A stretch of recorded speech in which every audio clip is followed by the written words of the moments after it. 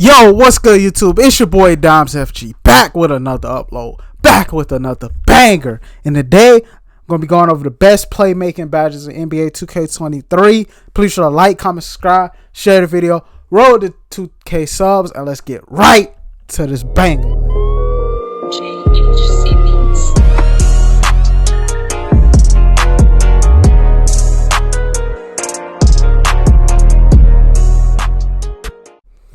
But on the real, I seen this ain't no cocky stuff, but I ain't gonna lie. Before I started to record this video, I seen other people's playmaking tier lists, and theirs just wasn't it. A lot of them, you could tell they try to either rush to be first to cover the badge tiers, or they just, some of these badges, they just didn't have a clue or didn't have enough insight on, which is okay. But me, I like to take my time and be concise. So that's why we waited until now to drop this. I know some of y'all probably thinking to yourself, Dimes, if you wanted more views, you should have been did this. But I'm not gonna lie, I think waiting it out was the smarter option. Cause now you about to get the best badge tier list. Starting off with post playmaker. It not only, despite what the badge say, not only does it help when you're trying to post up, but when you get an offensive rebound and kick out, and then they shoot, post playmaker comes into play in that situation. So I will give post playmaker.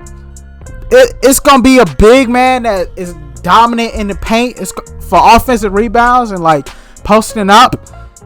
If you run with a solid teammate that can shoot, I'd say this badge is a B tier badge. Next up, we have Needle Threader. I feel like Needle Threader is like, you know, it does the same thing it done in previous years, in which, let me get the Needle Threader description. Passing the ball within tight windows. I feel like pass accuracy is gonna help with that. So, but also Needle Threader, it's gonna boost that. Like, I feel like some people also say, I don't really know much validity to this claim, but I hear some people say Needle Threader makes their passes a little bit faster. Cause like especially in those tight lane situations, Needle Threader helps them out, which I can't say it does or doesn't, but I heard a lot of good stuff when it comes to Needle Threader, so I'd put Needle Threader in the B tier as well, right along with post playmaker. Special delivery is one in most tier lists. This badge is either a D tier or F tier badge, but not only. It doesn't do what it used to in boosting people's takeovers crazy. But if I throw you a flashy pass, the shot you take off of it is going to be boosted as opposed to previous years. Even if you had the flashy passer badge equipped, it will make pass, like the flashy pass will give the person catching the ball some weird animation. And like special delivery this year, it actually does what it's supposed to do. Instead of, it doesn't do what it does with the takeover anymore. But because I remember in previous years, flashy passer and special delivery, they were badges strictly for boosting your takeover. It didn't boost the pass or nothing. It just, if you made the shot, it boosted your takeover. But it helps with special delivery. Also helps with alley-oop success as well. So if that's your game, I will put special delivery. I'd put it in the C tier because it's an average badge to me. Like, if you got a bunch of badge points, put it on. But if you don't got that many playmaking badges, I wouldn't recommend it. So that's the only reason it's a C tier badge. Vice Grip is a very crucial badge this year. It helps. Vice Grip, it increases a player's ability to secure the ball against steal attempts after obtaining a rebound, catching the ball, or a loose ball. I tell y'all know steals are very OP this year. So many people are complaining about it, but I say steals are fine. Because I see a lot of people that are complaining about steals. They not running their vice grip. They not running their unpluckable. But if you got your vice grip, I promise you, you're not going to get ripped as much. So, vice grip to me is A tier badge. I put it in A tier. I was thinking it's between A and B, but this list could get tweaked at the end.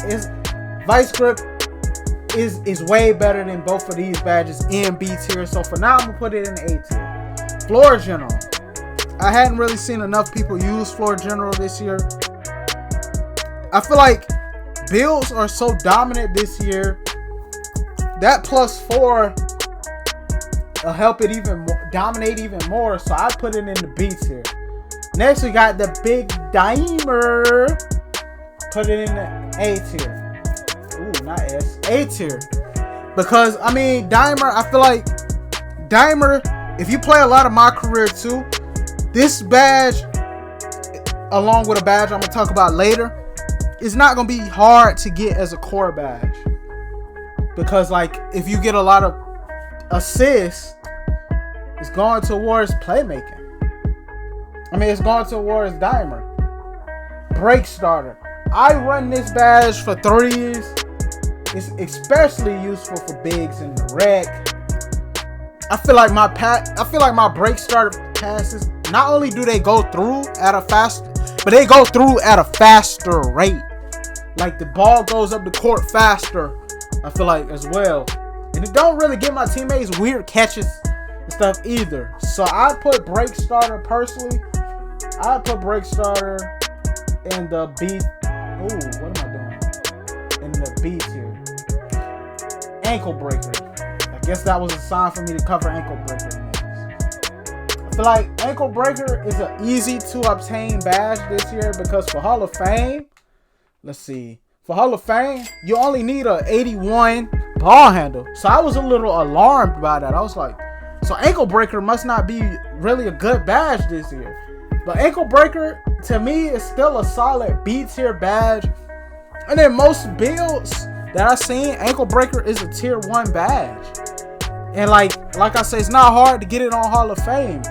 It's tier 1 too. So like ankle breaker is a B tier. It's not gonna be like some of the badges we're gonna get into later when it comes to dribbling, but it's still a solid badge.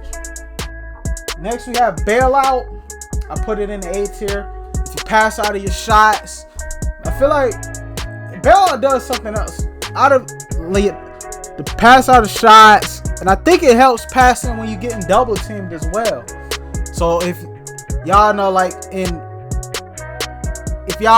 don't know how y'all comp pro and players play. If y'all still run inside big, if the big is getting, I mean, if you do run an inside big and you getting double teamed because it's like the team is allowing twos, then bailout very useful. But not only that, but for passing out of shots as well. I feel like when you got bailout, I see less fumble with the ball animations. Like last year, you needed glue hand. Your teammate that's catching the ball needed glue hands, and you needed bailout to get those passes off. But with bailout, those passes would definitely get through.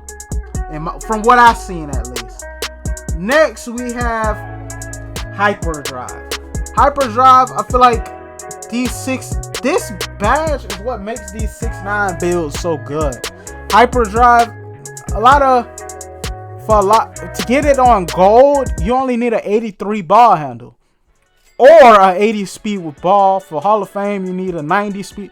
So basically, only short guards are gonna get it Hall of Fame. But like I'll say this, like I say in every build video, in most cases this year, Hall of Fame badges are just as good as gold, especially the more expensive Hall of Fame badges. Those badges I wouldn't necessarily try to go for because gold will be just as fine and you will be even elite with it on gold, because in certain cases, a lot of builds like Limitless Range and certain other badges, people can only use it on silver. But for me, I put hyperdrive in the A tier. Especially like, I feel like that's the badge that's got these 6'9s going as crazy as they do. That's just me though. Next we got quick first step. First S tier badge of the video. Quick first step been an S tier badge ever since it got brought out in 2K20. S tier badge, also probably the overall easiest playmaking badge to get as a core badge as well. Next we have Unpluckable. With steals being as OP as they are, I'm not gonna say you need Hall of Fame Unpluckable or Gold Unpluckable even. If you got it on silver, you're fine. But that Unpluckable, man. Like a lot of y'all are paying for not putting on that Unpluckable. That's why, like I said, that's the real reason a lot of people get ripped. That's the reason a lot of people get ripped as much as they do. Because they don't be running their Unpluckable. Next, we got Mismatch Expert. I personally don't know enough about this badge because most builds are 6'9". Between 6'7", most guards are between 6'7" and 6'9". So I don't feel like Mismatch Expert is really a useful badge.